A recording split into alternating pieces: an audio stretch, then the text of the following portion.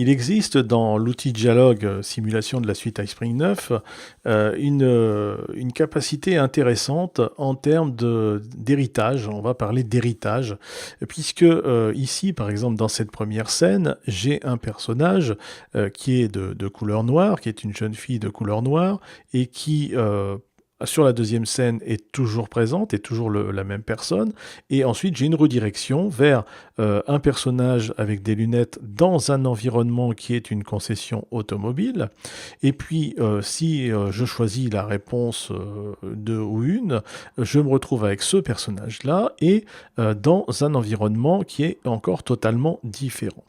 Et pourtant, il arrive un moment où la dernière scène est proposée à mon utilisateur.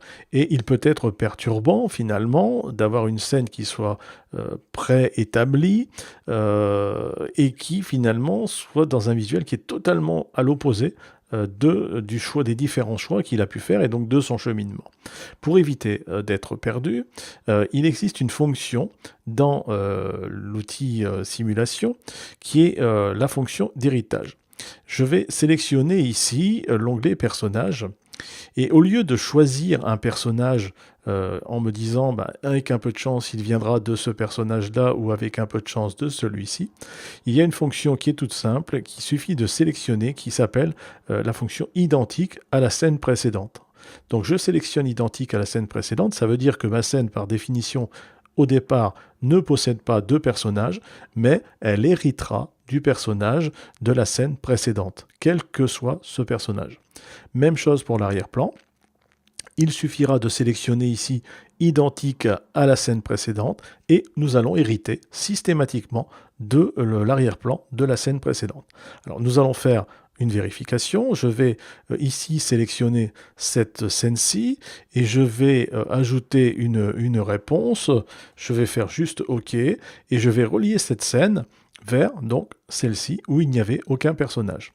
Je vais faire pareil pour celle-ci, je mets même chose, je reste très simple, je mets OK, et je vais relier cette scène ici, donc à la scène numéro 6. Donc je vais démarrer d'ici, j'ai bien ici mon premier personnage, je clique sur démarrer, donc je vais la laisser finir de me parler. Elle m'affiche les réponses. Réponse 1, je me dirige vers ce personnage-là, donc on est bien avec un fond particulier. Et quand il aura fini donc de me poser sa question, il va me proposer OK. Et quand je vais cliquer sur OK, je vais me retrouver sur la dernière scène. Donc je me retrouve bien. Ici, je n'ai pas mis de texte à mon personnage, mais j'ai bien exactement le même personnage. Si je repars à la scène précédente, je me retrouve avec mon personnage. Cette fois-ci, je vais choisir la réponse numéro 2. Et en choisissant la réponse numéro 2, je me retrouve bien avec ce personnage-là, avec cet arrière-plan-là. Et ce qui veut dire que je devrais normalement me retrouver avec ce personnage et cet arrière-plan en venant du même endroit. Et effectivement, c'est bien le cas. Je me retrouve bien avec le personnage. Donc voilà comment mettre en place la fonction héritage de l'outil Dialogue d'iSpring qui va vous permettre d'avoir des modules qui soient cohérents du début à la fin.